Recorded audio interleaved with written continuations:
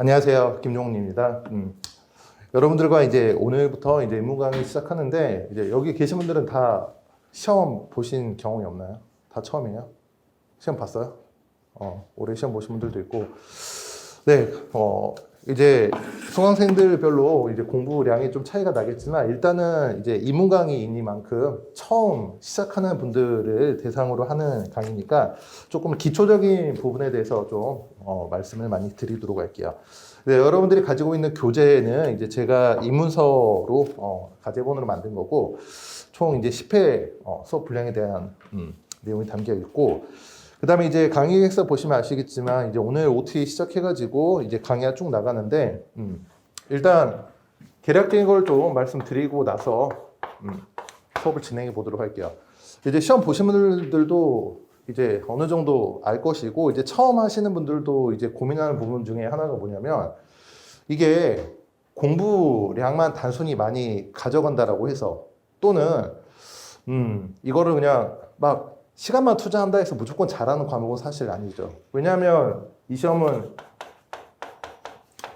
적성 시험이기 때문에 그렇긴 한데, 그러니까 이제 사실 두 가지예요. 이제 여러분들이 지금부터 이제 시작하신 분들도 있고, 이제 올해 시험 봤는데 좀 결과가 좋지 않아가지고 이제 수업 듣는 분들도 있을 텐데, 내가 이제 앞으로든 지금 현재 상태이든 점수가 좀 안 나온다거나 조금 생각보다 잘 안 된다라는 두 가지 측면에서 생각해 보면, 먼저 첫 번째로는 여러분들이 단순한 이야기예요. 공부를 합격하기에 충분한 만큼 안 했을 가능성도 있고, 두 번째는 뭐냐면 이제 이 시험이 요구하는 공부 방법이나 접근 방법이 있거든요. 그걸 여러분들이 캐치를 못 해가지고 나는 열심히 하는데 생각만큼 이제 성적이 안 오른다 라고 생각할 수도 있어요. 그래서 본인이 지금 스스로 이 두 가지 중 어떤 상태인지 좀 한번 생각을 해보시는 것도 좋을 것 같아요. 물론 이제 처음 시작하신 분들은 저를 잘 따라오시면 되고, 네, 그래서 이제 적성 시험이다 보니까 이게 꽤 어려운 문제인데, 여러분들이 이제 시험 보신 분들은 아실 것이고, 이제 처음이신 분들은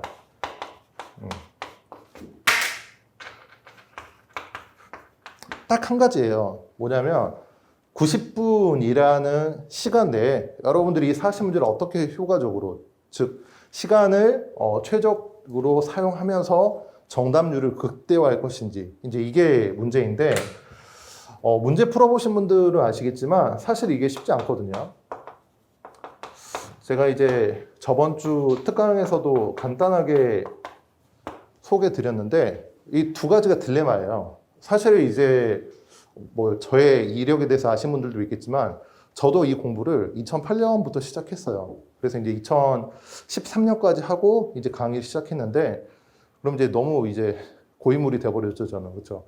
거의 10년 넘게 이제 공부하고 강의했는데, 저도 이제 처음엔 이게 딜레마였죠. 정확하게 풀면 시간이 부족해요. 한 20번대 후반 가면 이제 시간 끝나버리고, 그렇다고 해서 40번까지 다 보자니 이제 스스로를 이제 믿는 것도 어느 정도 한계가 있잖아요. 그렇죠? 그러니까 물론 확신이 있는 상태에서 문제를 풀어야겠지만, 사실 시험장에서는 그게 좀 쉽지 않거든요. 그래서 이제 속도를 이제 신경 쓰다 보면 정답률이 떨어지고, 그래서 이제 그래도 여러분들한테 제가 말씀드리고 싶은 게 뭐냐면, 사실 속도 문제는 부차적인 문제인 것 같아요. 제가 보기에는 지금 단계에서는.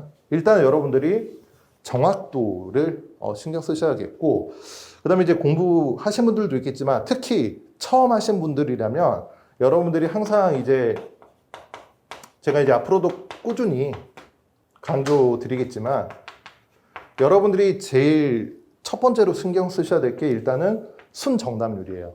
이게 어느 정도 여러분들이 가늠이 돼야 여러분들의 점수를 계산할 수가 있거든요. 이게 무슨 말이냐면, 여러분들이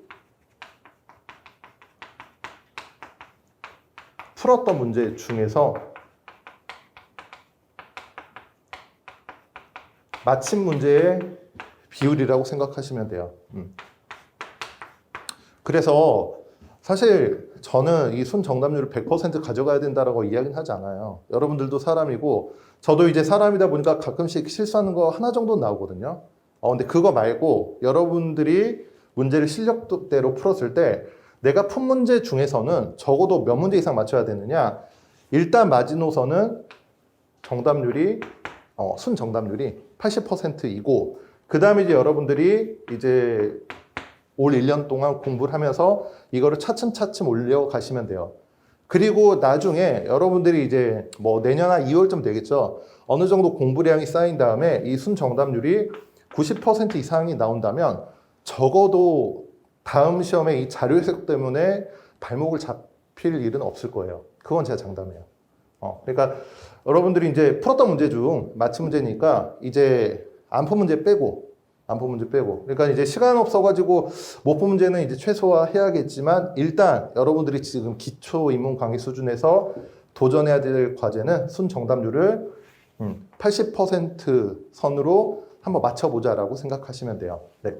그래서 이제 처음부터 여러분들이 어떤 문제로 공부를 할 것이냐 사실 그것도 중요한데 지금 우리 교재에 있는 문제들도 그렇고 여러분들이 이제 제가 별도로 따로 이제 체크는 해드리지 않겠지만 한 가지 이제 부탁드리고 싶은 게 있어요.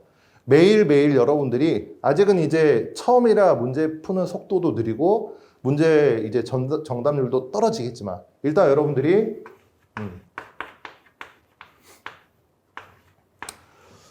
네, 사실 올해 문제가 아직 나오지는 않았는데 그 최근 10기년 민간 경력직 채용 문제를 그쵸 딱 10기년도거든요. 그쵸 그리고 우리 인문강의가 10회죠. 그래서 여러분들이 별도로 사실 복습할 걸 많이 드리진 않는데 시간이 좀 되신다면 하루에 이 민경채 문제는 참고로 25문제짜리고 60분이에요. 그리고 뭐 처음 하신 분들이든 공부를 좀 하신 분들이든 손쉽게 접할 수 있는 난이도 문제거든요. 그러니까 그리고 이거는 지금 해야 돼요.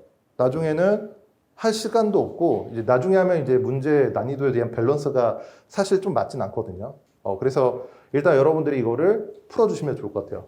네, 문제는 여러분들도 잘 알고 있는 사이버 국가고시 센터 들어가시면 문제 정답이 다 있거든요.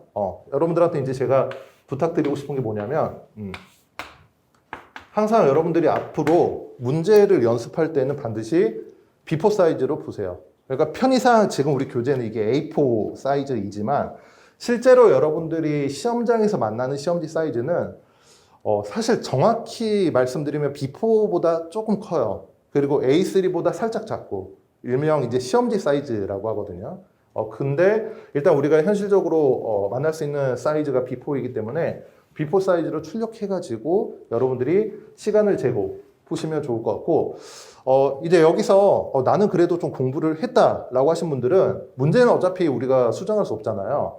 그런 분들은 시간을 좀 타이트하게 해가지고 문제 풀어주시면 좋을 것 같아요. 그래서 나는 아예 자료 해석이 처음이다 하신 분들은 60분 동안 풀어보시고 그리고 나는 이제 공부한 지 적어도 한 1년 정도 됐다 또는 올해 시험 경험 있다 하신 분들은 이 시간을 50분으로 잡으시면 좋을 것 같아요. 네, 이건 이제 시험 유경험자에 한해서 네.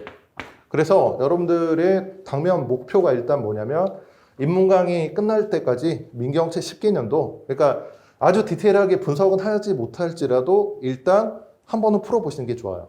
이게 어떻게 보면 이제 워밍업 작업, 이제 여러분들이 슬슬 이 자료 해석에 대한 감을 끌어올리게 하는 연습이기 때문에 일단 이 기출 문제를 풀어주시면 좋을 것 같고, 참고로 올해 민경채 문제는 아마 그 7급 공채 문제랑 같이 시험 보게 될 텐데 7월 10일에 나올 거예요. 그래서 자료 해석 수업이 끝나더라도 한번 이제 풀어보시면 좋을 것 같아요. 아마 시험 날짜가 자료 해석 기본 강의 바로 직전이 될 거거든요. 그래서 나중에 제가 기본 강의 때 올해 민경채 문제도 한번 중요한 문제 위주로 소개해 드릴 테니까 일단 여러분들이 10기년도 문제 풀어보시고 혹시 잘 모르겠다 하신 분들은 제가 이따 저한테 직접 다이렉트로 질문할 수 있는 창구를 알려드릴게요. 그래서 매일매일 여러분들이 수업 듣고 민경채 문제 풀고 복습하고 그 정도만 하더라도 지금 단계에서는 충분한 공부량이라고 생각이 들어요. 그래서 여러분들한테 이제 따로 부탁드리고 싶은 게 이거를 좀 하시라고 말씀드리고 싶고 나는 정시간이 안 된다 그러면 하다못해 격일이라도 격일 간격이라도 좀 문제 풀어보시면 좋을 것 같아요.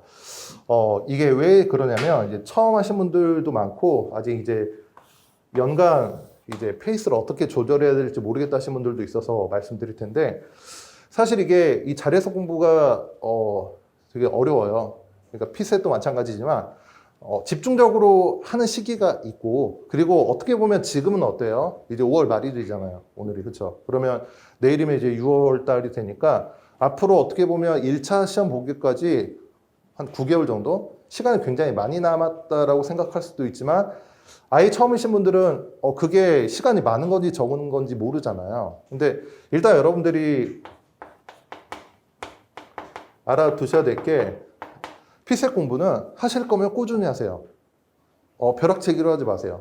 물론 이제 여러분들이 어느 정도 합격할 수 있는 수준이 되면 지금 시기에서는 뭐 일주일에 한 번 정도 가볍게 이 피셋 감을 잃지 않을 정도로 연습해도 좋겠지만 아직 내가 합격할 수 있는 수준이라든가 공부량이 충분하지 않다면 일단 꾸준히 하시는 게 좋고 이제 저는 이게 권장사항이라서 말씀드렸지만 난 다른 1차 과목이라든가 2차 과목 하느라 시간 투자하기가 어렵다 하신 분들은 하루에 10문제라도 푸세요.